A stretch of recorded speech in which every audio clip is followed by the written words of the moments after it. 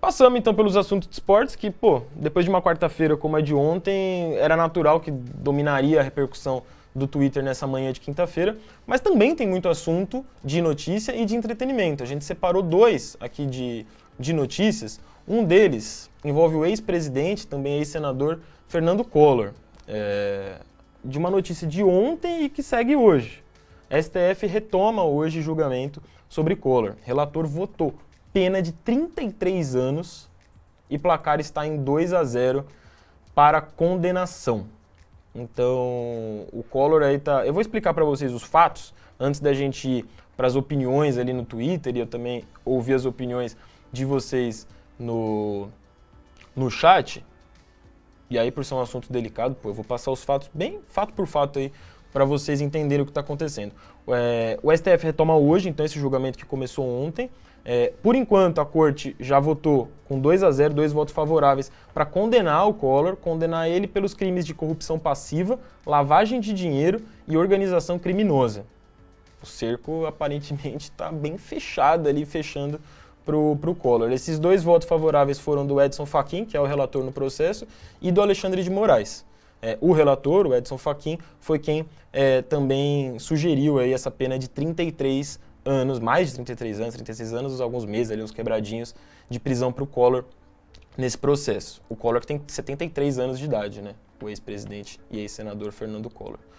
Além dessa punição aí, dessa prisão de 33 anos, uma multa de quase 2 milhões de reais, 1 milhão e 700 em valores corrigidos pela inflação, além da interdição para exercício de cargo ou função pública pelo dobro do tempo da pena privativa de liberdade. Então, se desses 33 anos ele pegasse, sei lá, 10 anos de prisão, ele ficaria 20 anos impossibilitado de exercer uma função pública. Repito, ele que tem 73 anos de idade.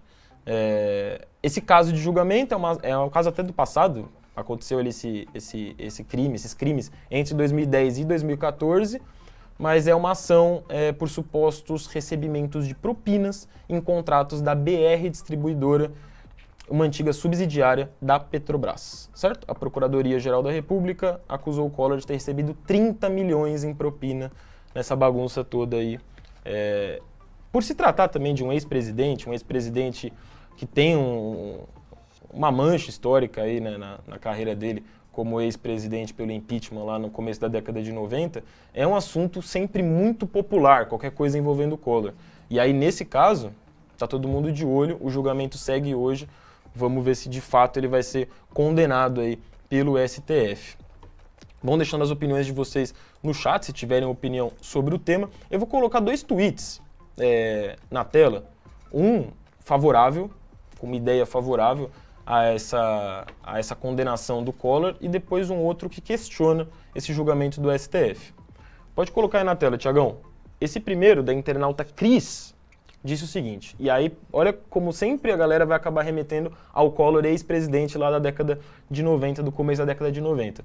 Collor foi condenado e eu tô viva para brindar esse grande dia. Ele não foi condenado ainda, né? Talvez seja hoje, a ver aí o andamento dessa votação. Mas está no processo de ser condenado.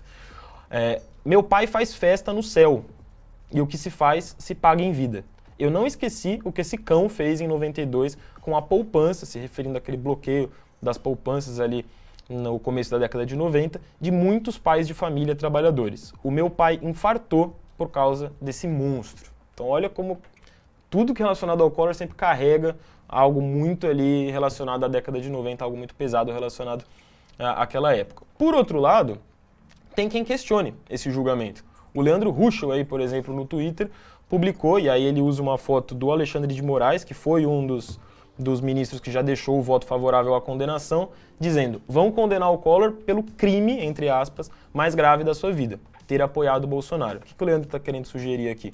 Que essa votação, por mais que o Collor esteja sendo julgado por vários crimes ali, como todos os que eu descrevi para vocês, que o julgamento estaria acontecendo por uma motivação política, já que o Collor foi apoiador do ex-presidente Jair Bolsonaro aí nesses últimos 4 anos, quando exercia o cargo de senador.